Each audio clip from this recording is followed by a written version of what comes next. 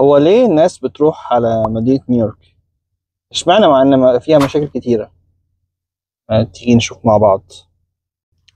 مدينة نيويورك هي مدينة بيكتظ فيها كثير من السكان. كويس. فيها مثلا 40% ولا حاجة من سكان ولاية نيويورك، اللي هي شاسعة المساحة، موجودين في مدينة هي من المدن الكبيرة طبعا في العالم، مش بس في أمريكا. ولكن هي لا تشكل كمساحة أي شيء مقارنة بمساحة الولاية. ولاية نيويورك هي ولاية كبيرة شاسعة المسافة. لو بصيت هتلاقي مثلا عندك أبستيت نيويورك، مساحة خضراء كبيرة كتيرة جدا، فيها مدن وفيها مناطق مختلفة، فيها جامعات وفيها حاجات كتيرة تمتد لحد حدود كندا شمالا، وبتحدها من الجنوب اللي هي أبستيت نيويورك طبعا بتكلم. بتحدها من الجنوب ولاية نيوجيرسي، وفي كام ولاية بقى على ايدها اليمين على الايست بتاعها، زي كناتيكت، زي ماساتشوستس وغيره. يعني هتلاقي مين وهتلاقي كذا واحدة. وفي جزء تاني من الولاية في لونج ايلاند. لونج ايلاند هي بيسموها لونج لان هي جزيره طويله، يعني طويله في العرض. كويس، العرض بتاعها طويل. جزء منها من الجزيره نفسها في جزئين من مدينه نيويورك: بروكلين وكوينز. كوينز في الشمال وبروكلين في الجنوب. كوينز وبروكلين مساحتهم شاسعه، هي مساحتهم مش صغيره. كوينز هي الاكثر دايفرستي او الاكثر تنوعا في الولايه، فيها تنوع كبير جدا. وبروكلين فيها تنوع برضو كبير.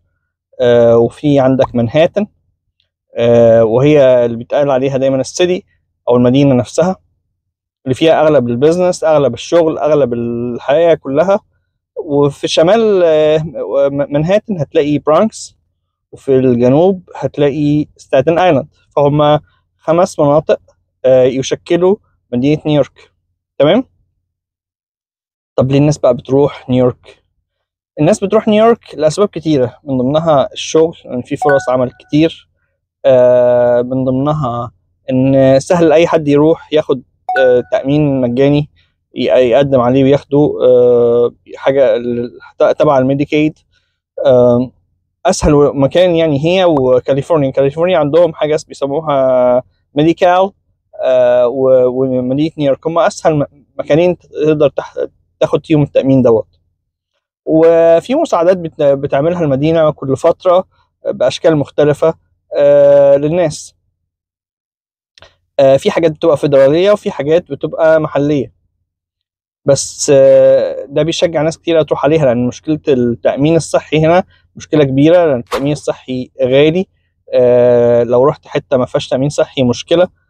بس في اماكن بيبقى فيها حاجات مساعده، يعني عندك زي نيوجيرسي فيها حاجه. انت لو لا تستحق الميديكيد ممكن تاخد حاجه في موقع اسمه جيت كفر نيوجيرسي. جيت كفر نيوجيرسي بتقدم عليه وبيديك تامين.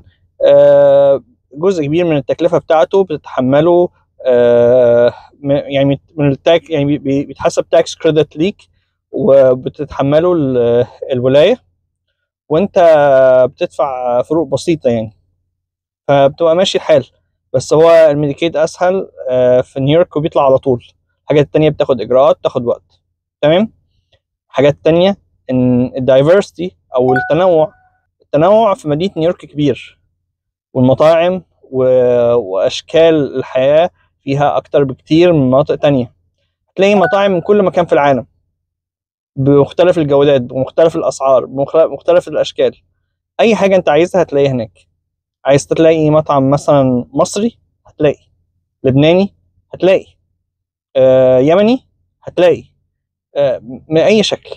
عايز مطعم ايطالي هتلاقي، فرنسي هتلاقي، مطعم بيبيع كشري هتلاقي، مطعم بيبيع حواوشي هتلاقي، مطعم بيبيع فطير هتلاقي، وهكذا.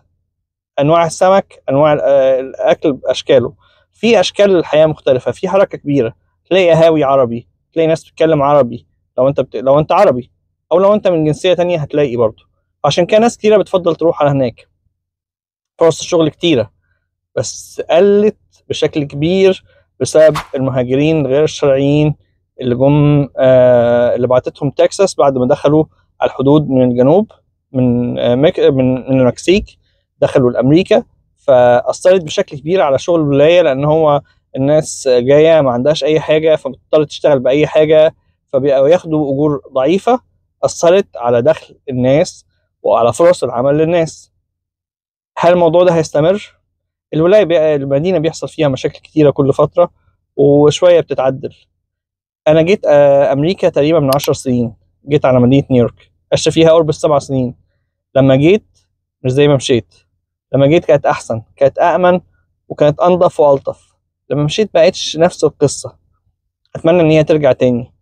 لينا ذكريات كتيره فيها، وهتلاقي اي حد عاش فيها ليه ذكريات. مدينه صعبه انك تنجح فيها، بس لما تنجح فيها تقدر بعد كده لما تنقل اي مكان تاني تقدر تنجح فيه بسهوله، لان انت اوريدي نجحت في نيويورك. لما حصل الكوفيد ناس كتيره مشيت من المدينه، وفجاه اكتشفوا ان هم يقدروا يعيشوا في مكان تاني بعد ما كانوا شايفين ان هم ما يعرفوش يعيشوا غير في مدينه نيويورك. عشان كده في جزء كبير من الناس اللي مشيت ايام الكوفيد ما رجعتش. في ناس رجعت وفي ناس لا، بس جزء كبير من سكان المدينه دايما بيكونوا مهاجرين جداد، كل شويه بيجوا، كل يوم بيجوا، بيروحوا على هناك وهي بتفتح لهم ابوابها. حياتي.